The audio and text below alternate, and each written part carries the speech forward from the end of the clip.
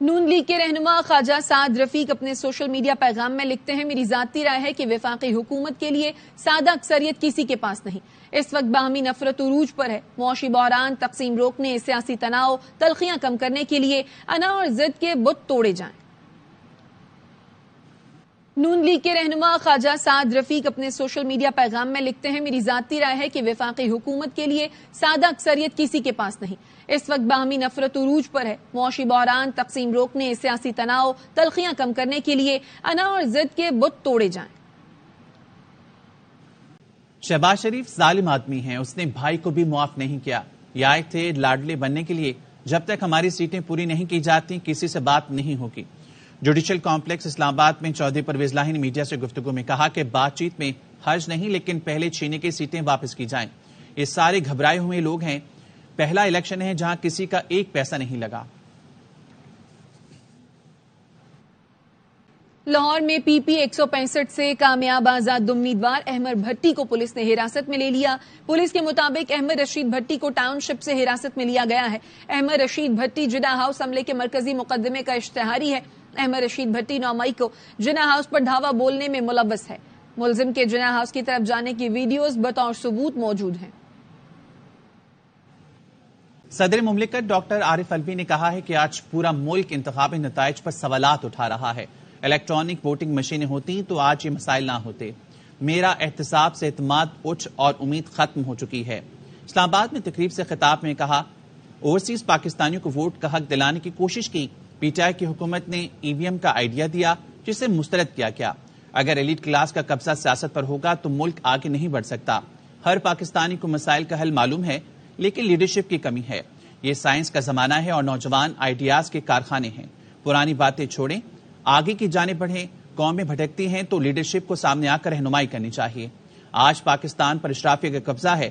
غریبوں کے 2.5 کروڑ بچے اسکول سے باہر ہیں۔ ملک کو متحد کرنے کی ضرورت ہے۔ اتحاد کے بغیر کچھ ممکن نہیں ہے۔ اگر اتحاد نہیں ہوگا تو بیرونی سرمایہ کاری نہیں آئے گی۔ بہترین نظام کے لیے لیڈرشپ میں مشاورت، تجارت اور ملک کی ترقی کا جذبہ ہونا چاہیے۔ بلیٹن کا آغاز کریں گے۔ سب سے پہلے خبر آپ کو دیں، بانی پی ٹی آئی نے عمر ایوب کو وزارت عظمیٰ کے لیے امیدوار نامزد کر دیا۔ اڈیالہ جیل کے باہر میڈیا سے گفتگو میں سابق اسپیکر قومی اسمبلی اسد کیسر نے کہا، دھاندلی کے خلاف تحریک شروع کرنے جا رہے ہیں۔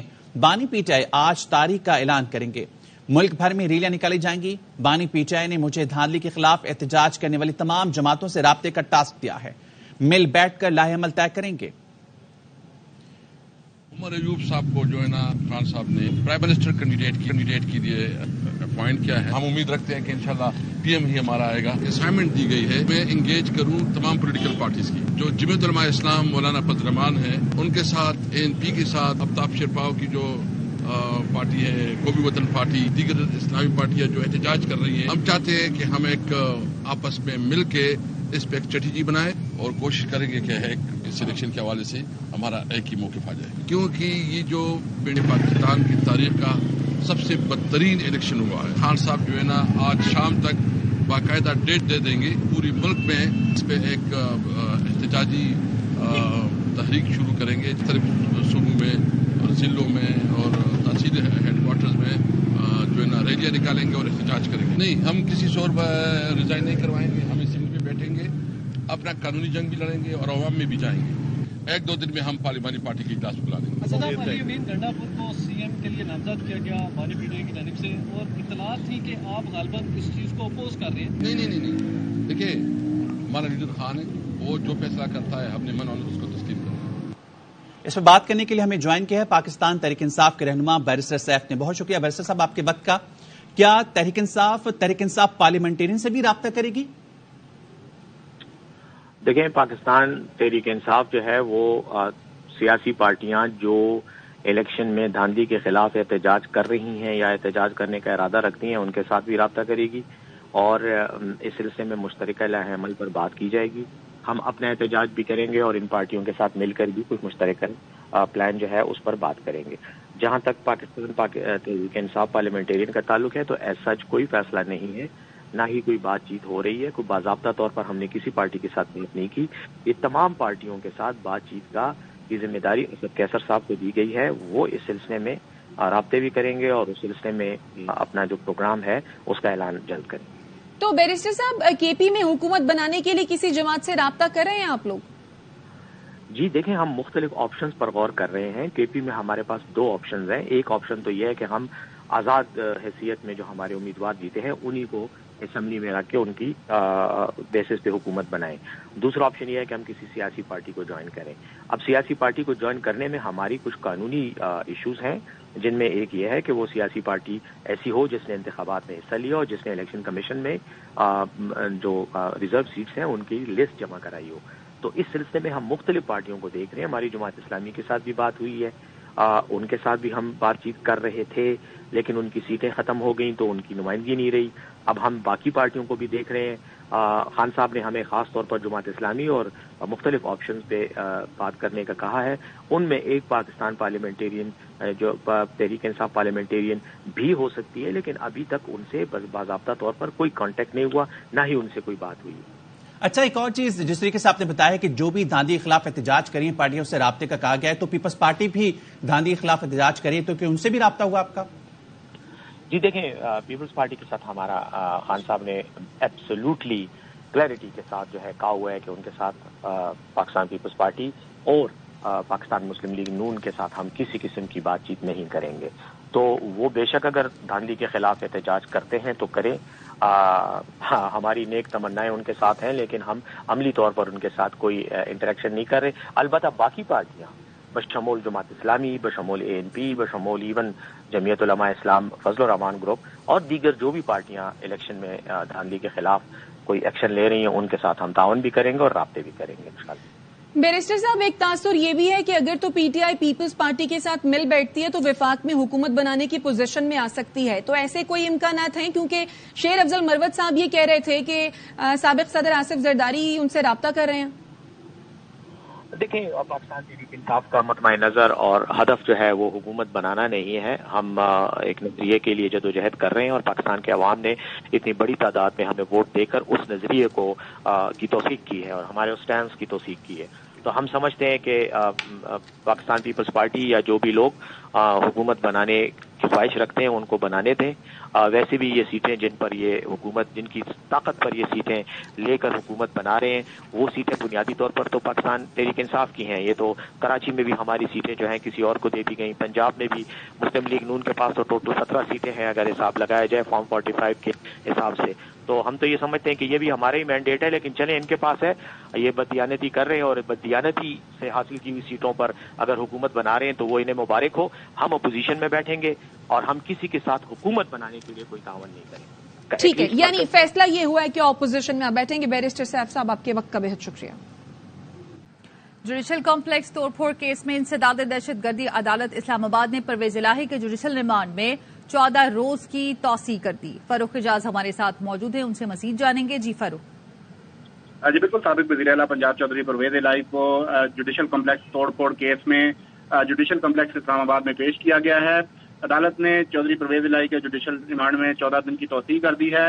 انسداد دہشت گردی عدالت کے جج ابوالحسنات محمد ذوالقرنین کی عدم دستیابی کے باعث ڈیوٹی جج شاہ رخ ارجمن نے کیس کی سماعت کی ہے. چودھری پرویز الہی کی حاضری لگائی گئی ہے اور عدالت نے کیس کی مزید سماعت 29 فروری تک کے لیے ملتوی کر دی ہے. جی ٹھیک ہے، بہت شکریہ آپ کا اپڈیٹ کرنے کے لیے. پاکستان کرکٹ بورڈ میں پھر سے غیر ملکی کوچز لانے کا فیصلہ. ذرائع کے مطابق نئے چیئرمین محسن نقوی محمد حفیظ کی جگہ غیر ملکی ہیڈ کوچ لانا چاہتے ہیں. کرکٹ بورڈ نے محمد حفیظ کو چیئرمین کے پلان سے بھی آگاہ کر دیا ہے. تو پاکستان کرکٹ بورڈ میں پھر سے غیر ملکی کوچز لانے کا فیصلہ کیا جا رہا ہے. ذرائع کے مطابق نئے چیئرمین محسن نقوی محمد حفیظ کی جگہ غیر ملکی ہیڈ کوچ لانا چاہتے ہیں. کرکٹ بورڈ نے محمد حفیظ کو چیئرمین کے پلان سے آگاہ کر دیا ہے. نو منتخب MNA عاطف خان کی 4 مقدمات میں ضمانت قبل از گرفتاری منظور کر لی گئی. 2 مقدمات میں اینٹی کرپشن عدالت نے 19 فروری تک ضمانت قبل از گرفتاری منظور کی. ایک مقدمے میں سیشن کورٹ اور انسداد دہشت گردی عدالت نے ضمانت منظور کی. تحریک انصاف کے رہنما عاطف خان گزشتہ 9 ماہ سے روپوش تھے. پشاور ہائی کورٹ نے گزشتہ روز انہیں ماتحت عدالتوں کے سامنے پیش ہونے کی ہدایت کی تھی. سندھ ہائی کورٹ نے 1 ماہ میں صوبے بھر میں اسپیشل کورٹس کے قیام کا حکم دے دیا. بات کریں گے اپنے نمائندے اصغر عمر سے. جی اصغر. سندھ ہائی کورٹ نے 1 ماہ میں صوبے بھر میں اسپیشل کورٹس کے قیام کا حکم دے دیا. سندھ میں میونسپل کارپوریشن کی حدود میں 10 سال سے اسپیشل کورٹس قائم نہ کرنے کے نوٹس پر سماعت ہوئی. عدالت نے آبزرویشن میں کہا کہ اسپیشل کورٹس کے قیام کا 1979 میں آرڈیننس جاری ہوا تھا. سندھ اسمبلی نے 2013 میں اس آرڈیننس میں ترمیم کی تھی.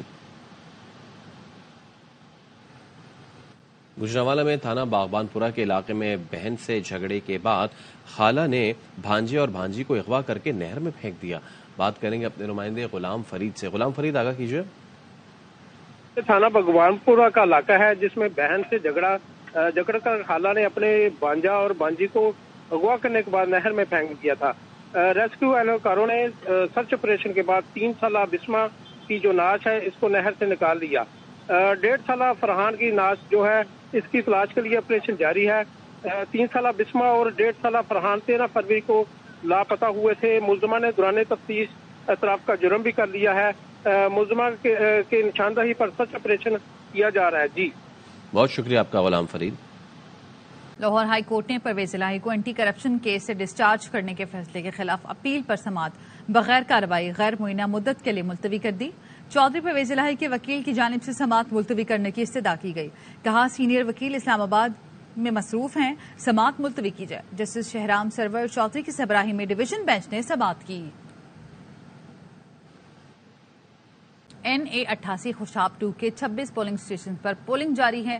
ہمارے نمائندے الفت مغل اس وقت روڈا شہر کے پولنگ اسٹیشن پر موجود ہیں، ان سے مزید جانیں گے. الفت بتائیے گا کیسے ماحول میں پولنگ ہو رہی ہے؟ حلقہ NA 88 خوشاب 2 میں پولنگ کا سلسلہ جاری ہے اور 26 پولنگ اسٹیشن پر اس وقت لوگ جو ہیں وہ اپنا حق رائے دہی استعمال کر رہے ہیں. یہ روڈا شہر ہے جہاں پر میں موجود ہوں اور یہ وہی جگہ ہے جہاں پر RO آفس کو لوگوں نے مشتعل افراد نے حملہ کیا تھا اور متعدد جو پولنگ اسٹیشن کا تھا وہ مس ہو گیا تھا، جس کے باعث الیکشن کمیشن آف پاکستان نے سارے واقعے کا نوٹس لیا اور ری پول کا حکم دیا. تو اسی کے تحت یہ پولنگ ہو رہی ہے اور جو ووٹرز ہیں وہ پرامن انداز میں اور بہتر انداز میں اپنا حق رائے دہی استعمال کر رہے ہیں. ان 26 پولنگ اسٹیشن میں سے کسی پولنگ اسٹیشن پر ناخوشگوار واقعے کی اطلاع اب تک موصول نہیں ہوئی ہے. جی. اور دوسری ہی جانب گھوٹکی کے حلقہ PS 18 کے 2 پولنگ اسٹیشنز پر ہنگامہ آرائی کی وجہ سے ملتوی ہونے والی پولنگ آج جاری ہے. ووٹرز بھی بڑی تعداد میں اپنا حق رائے دہی استعمال کر رہے ہیں. عامر شرنا، آگاہ کیجیے.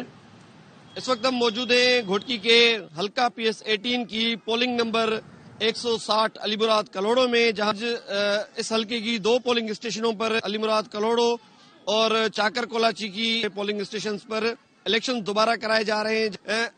ان دونوں پولنگوں پر 8 فروری کے دن ہنگامہ آرائی کے باعث ان کی ووٹنگ جو ہے ملتوی کی گئی تھی. یہاں پر پیپلز پارٹی کے امیدوار سردار شہریار شر اور آزاد امیدوار جو پیپلز پارٹی کے خود ساختہ باغی ہیں جہاں مہتاب ڈہر وہ مد مقابلے ہیں. دونوں پولنگ اسٹیشنز پر 600 سے زائد پولیس اہلکار مقرر کیے گئے ہیں، جبکہ جو ہے پاکستان آرمی اور رینجرز کے بھی یہاں پر سیکورٹی کے لیے جوان تعینات کیے گئے ہیں. جی.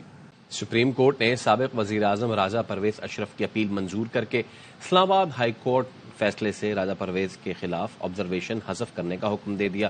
بات کریں گے اپنے نمائندے راجہ محسن اعجاز سے. جی راجہ محسن، آگاہ کیجیے. دیکھیے، سپریم کورٹ میں سابق وزیر اعظم راجہ پرویز اشرف کی اپنے خلاف آبزرویشن حذف کرانے کی اپیل سپریم کورٹ نے منظور کر لی ہے اور سپریم کورٹ نے اسلام آباد ہائی کورٹ کے فیصلے سے راجہ پرویز اشرف کے خلاف آبزرویشن حذف کرنے کا حکم دیا ہے. یہ ریمارکس بھی سامنے آئے گئے سپریم کورٹ کی سماعت کے دوران کہ ججز کو کسی شخص کی غیر موجودگی میں اس کے خلاف آبزرویشن دیتے ہوئے محتاط ہونا چاہیے. اگر ججز کو کسی کے خلاف آبزرویشن دینی ہے تو پہلے اس کو نوٹس کرے. امید کرتے ہیں کہ ججز کسی کے خلاف ریمارکس دیتے ہوئے آئندہ احتیاط کریں گے.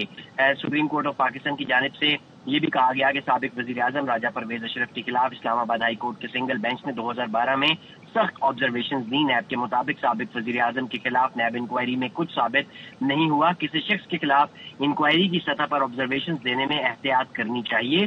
اسلام آباد ہائی کورٹ کے سابق جج جسٹس ریٹائرڈ شوکت عزیز صدیقی نے 2012 میں گجر خان کی سڑک کیس میں راجہ پرویز اشرف کے خلاف آبزرویشن دی تھیں اور یہ کہا تھا اپنی آبزرویشن نے کہ انہیں سڑک کے ٹھیکے کے کیس میں بدیانت اور کرپٹ قرار دیا تھا اور اسلام آباد ہائی کورٹ نے یہ معاملہ جو ہے اس پر نیب کو انکوائری کا حکم دیا تھا. اب انہی آبزرویشنز کے خلاف راجہ پرویز اشرف نے سپریم کورٹ سے رجوع کیا تھا اور ان کی اپیل سپریم کورٹ نے منظور کر لی ہے.